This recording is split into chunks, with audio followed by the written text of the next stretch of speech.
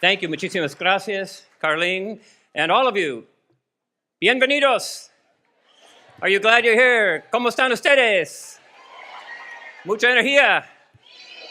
And wasn't the singing superintendent fantastico? Maravilloso. And the students, they were awesome. Richard Carranza, we will get him out on the road as the singing superintendent. Raised money for good campaigns in 2016 for good causes. So, bienvenidos. It's really great to be here. I just want to check, this is the home, San Francisco, welcome. It's my home of my birth, el lugar de mi nacimiento. And I love San Francisco, and I'm revved up, but I just want to check, are you revved up and ready for this conference? Listos, really, are we ready? So truly, I can't thank enough Carlene and your leadership and CABE's leadership for, again, bringing us together. It is an exciting time for education, for public education in the state of California. Much is on the ballot. I'll tell you, I'm supporting renewing Prop 30. That's $8 billion a year, right? $8 billion a year, so we can get more art, music, and drama in our schools. Do we need more art, music, and drama in our schools?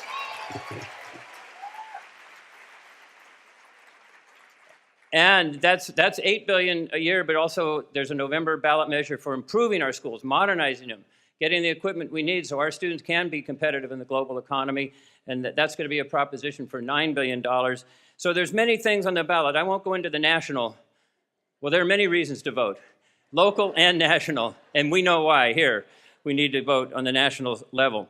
So that excitement includes new standards, new assessments, new accountability systems, local control funding formula, LCFF, LCAPs, new focus, very important, new focus on English learners. This is big, this is historic, what California has done to reorganize, to devote more money to the students who need it the most in our society.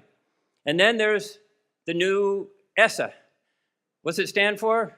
Every student will succeed. That's what it stands for. And 1 year ago, I had the pleasure of meeting with the president, with a dozen other state chiefs, and we had a discussion, would we ever get a new federal education act? And we were hopeful but not optimistic. But the president was steadfast. He said, we're going to get it. We've got to get it. We've got to bring everybody together. So President Obama, we thank him for his leadership. We thank Congress for coming together. Thank you. We have Essa. So the president was optimistic, and we're also going to introduce to you very shortly the new Secretary of Education. So we're very pleased to have John King with us here today. And we like the new Essa because it has local control, it has states' rights, it has flexibility, but again, it has that focus that we want to see every child succeed in California. I'm glad to be part of the great California education team. I call you the dream team. Why? Because you help all of our students aim high, reach far, dream big, get self-confidence, right? Understand the skills and natural talents they have and hone those skills to make them self-confident so they can succeed in the global economy. So I thank all of you who do this, all the parents who are here. Let's hear it for the parents who are here. Raise your hand if you're a parent. Thank you. And all the teachers and administrators. And my dream team is here. You may not be able to see them, but the California Department of Education has great leaders here with us. We are so pleased. Please stand up if you're part of the California Department of Education team. Thank you for I'm proud of their work. How are we together with you, with CABE and California together? How are we assuring success, striving for success, and strategizing for success? We're lucky we do live in an incredibly diverse state. In fact, in California, diversity is our strength. We know the challenges we are facing are enormous. In California, Lindy, 1 out of every 4 California students is an English learner. 1.4 million students total in California. So we have big focus. We did create right away in taking office a division of English learner support. Veronica Aguilar is here, who's our great leader in that department.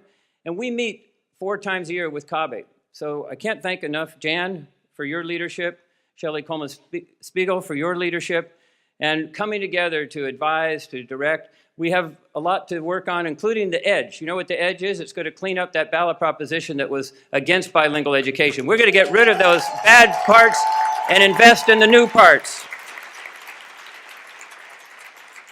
So with focus, teamwork, smart, primary language instruction with supporting dual immersion programs, swifter reclassification, proficiency in English by 3rd grade, and now with billions more coming from the state treasury into school districts, funding for English learners, which we must track together and make sure it is actually going to our English learners, right? We have a challenge there to make transparency to make it happen. So we're collecting best practices, and again, CABE's leadership in helping us move forward smartly is really appreciated.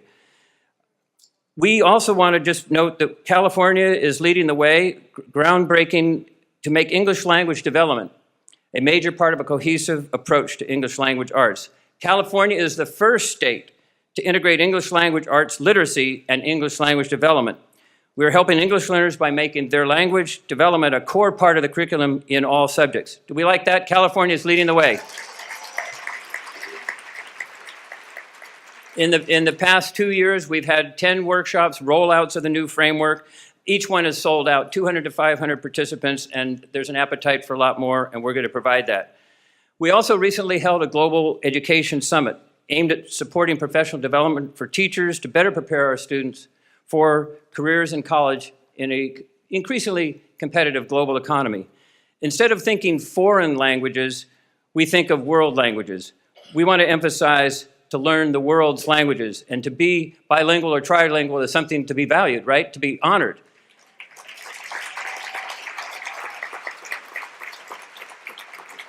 So we want to make sure that our students be proficient in English, to maintain their first language if they are English learners, and we want all of our students to know and learn at least 2 languages. We honor bi and triliteracy, and how do we do that? We started the seal of biliteracy on high school diplomas. 3 years ago, we only had about 9,000 students sign up and get the special seal. It was 32,000 last year, and it's growing and growing and growing. Is that great? Thanks to all of you for supporting that legislation and the drive, and we want to see tens of thousands more of our students getting that seal of biliteracy. And so Lupita Cortez-Alcala, who's a good friend of ours, I talked to her earlier today. She said, remember that biliteracy is back. Biliteracy has made a comeback. Is that true? Yes. Is that true here? So we are proud of that, and I am optimistic because of your valiant work, your creative work, your diligence to help all of our students realize their dreams. I thank you. Muchísimas gracias. Carpe diem. Merci. Salamat po. Danke, and in Arabic, shukran, means thank you also. In Chinese, sheshe, arigato in Japanese, I thank you. We thank you. We are ready to go forward. Mabuhay, arriba y adelante, juntos. Thank you.